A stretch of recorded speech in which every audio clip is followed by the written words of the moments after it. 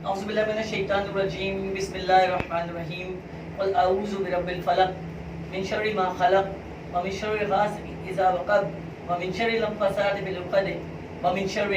حاسد اذا حسد صدق اللہ العظیم۔ السلام علیکم میرے پیارے دوستوں، میرے پیارے بھائیوں، میرے ہم ڈاکٹروں اور میرے چینل کو بے انتہا پسند کرنے کا بہت بہت شکریہ، چینل کو سبسکرائب کرنے کا بہت شکریہ۔ میرے چینل HDR سلمان صدیقی بابا کو سبسکرائب کیجیے، زیادہ سے زیادہ بیل آئیکن کا بٹن دبائیے اور میری آنے والی تمام اچھی اور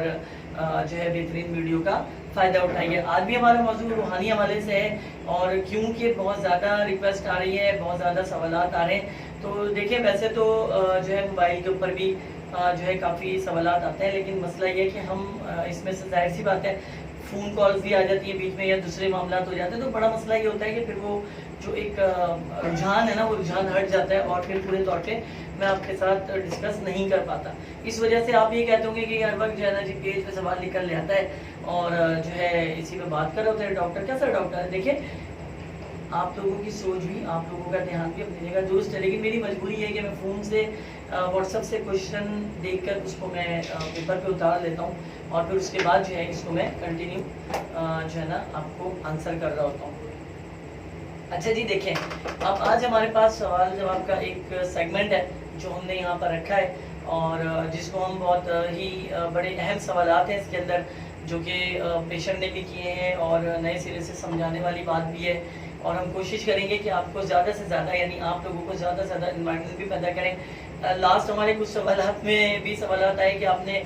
جنات کے بارے میں بتایا، آپ نے شیطان کے بارے میں بتایا، انسان کے بارے میں بتایا، تو آپ ہمیں یہ بتائیں کہ کیا جنات جو ہیں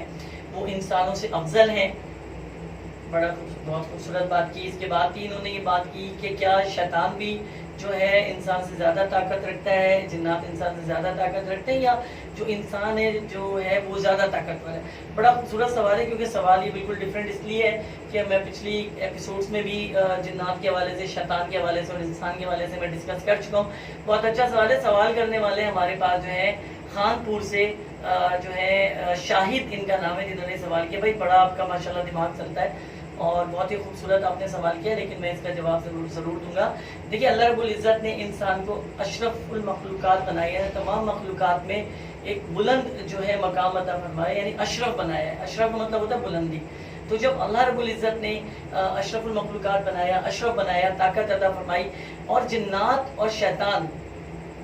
انسان کے تابع ہیں، انسان سے طاقتور نہیں ہے، جس کے لیے اللہ رب العالمین نے قرآن میں آپ کو سورہ فلق اور سورہ ناس کا تحفہ دیا، جس سے جو ہے آپ کو شیطان اور شیطان سے ضرر پہنچانے والے شیطان جیسے صفت لوگ آپ ان سے دور رہ سکتے ہیں اور اپنی حفاظت ان دونوں صورتوں کو پڑھ کے آسانی کے ساتھ جو آپ کر سکتے ہیں۔ لیکن بات صرف اتنی سی ہے کہ عقیدہ اور عقیدہ توحید یہ بہت زیادہ اہم ہے کہ آپ کے عقیدے میں اس چیز کا مستحکم جزو ہونا چاہیے کہ آپ نے جو پڑھا ہے امنا صدقنا رب کائنات اس کو آپ کے لیے شفا بنا دے گا، اس کو آپ کے لیے فائدہ مند بنا دے گا، اس کو آپ کے کسی کو نقصان نہیں ہونے دے گا۔ تو آگے ہم لوگ چلتے ہیں دوسرے سوال کی طرف، لیکن آپ کو بتا دوں کہ اللہ خود یہ فرماتا ہے کہ شیطان اور جنات جو ہے وہ انسان سے زیادہ جو ہے طاقتور نہیں ہے، انسان سب سے زیادہ طاقتور ہے کیونکہ اشرف المخلوقات ہے اور اشرف زیادہ طاقتور ہے۔ لیکن کیونکہ انسانوں میں بھی بہت سارے معاملات ہوتے ہیں، بہت سارے قسم کے لوگ ہوتے ہیں جو شیطان سے بھی ہوتے ہیں، کیونکہ شیطان جنات کے حوالے سے جنات کی 3 قسمیں موجود ہیں۔ پہلی قسم جو ہے جنات میں وہ جانوروں میں پائی جاتی ہے، جانوروں کے اندر قابض ہو جانا، جس میں گھوڑا، بچھو، سانپ، بلی، چوہا، چھپکلی تک میں جنات ان کے جسموں میں داخل ہو کر اور مخبریاں کرتے پھرتے ہیں اور نقصان پہنچاتے پھرتے ہیں۔ دوسری صرف میں وہ جنات ہیں جو آسمانوں پر اڑتے ہیں، جو آسمانوں سے خبریں لیتے ہیں، آسمانوں سے آ کر نقصان پہنچاتے ہیں۔ تیسری صرف وہ ہے جناتوں کی جو کہ کتاب اللہ کو مانتی ہے، یقین رکھتی ہے اور نقصان نہیں پہنچاتی، اور اللہ کے کلام کو پڑھتی ہے اور اپنے جنات کے جو قبائل ہیں ان کو وہ پیغام جو ہے وہ پہنچاتی ہے۔